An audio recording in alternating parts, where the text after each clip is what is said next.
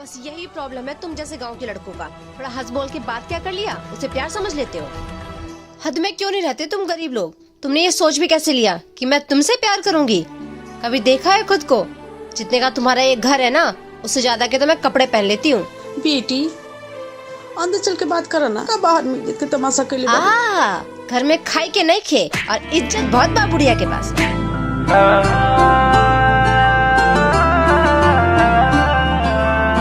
हाँ हाँ हाँ नाम बदनाम तू कराई दिहलू प्यार में, नाम बदनाम तू कराई दिहलू प्यार में। दुनिया के लोग मजा लेते रही हो, तोहर धोखा जबल जिया दर्द देते रही हो, तोहर धोखा जबल जिया दर्द देते रही हो।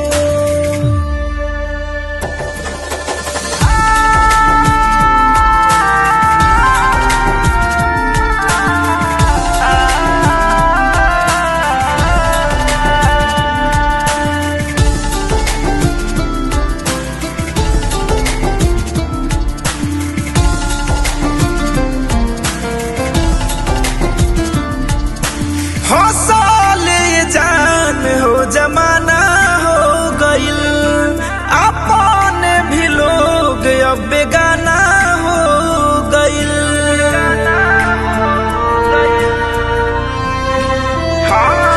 अखियन के आंसू सुखल बा वक्त खुशी के रुकल, सांस लेवे में हमेशा सकेत रही हो,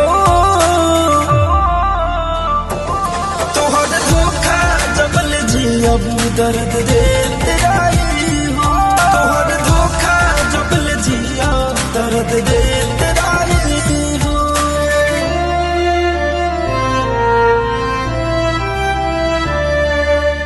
अरे माई यही बताओ तो करानी कैसे लगेली? अरे बेटा ये हमरे पर दो हो जाई तो हम गंगा नहा ले। हम राजू देख माई नाम लेते चल आइल 12 लाख में मोर बात तेरा पतो के पतो मैं वो कहा ना रानी, तू माई की भी पसंद बारू और हम तो के बताए वाला रानी हा कि हम तुझसे बहुत प्यार करें। क्या प्यार? दिमाग खराब है तुम्हारा, तुम खुद से कुछ भी सोच लेते हो। अरे रानी ठीक है धीरे बोलो ना, गांव के लोग जुटी आता।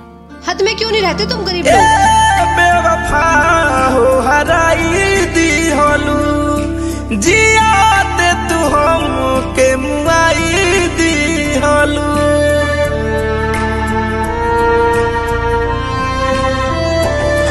टूटल हमार भरोसा रोब तड़प हमेशा, हाथ में जीवन भरल दारू सिगरेट रही हो, तोहर धोखा जबल जिया दर्द देते रही हो, तोहर धोखा जबल जिया दर्द देते रही हो।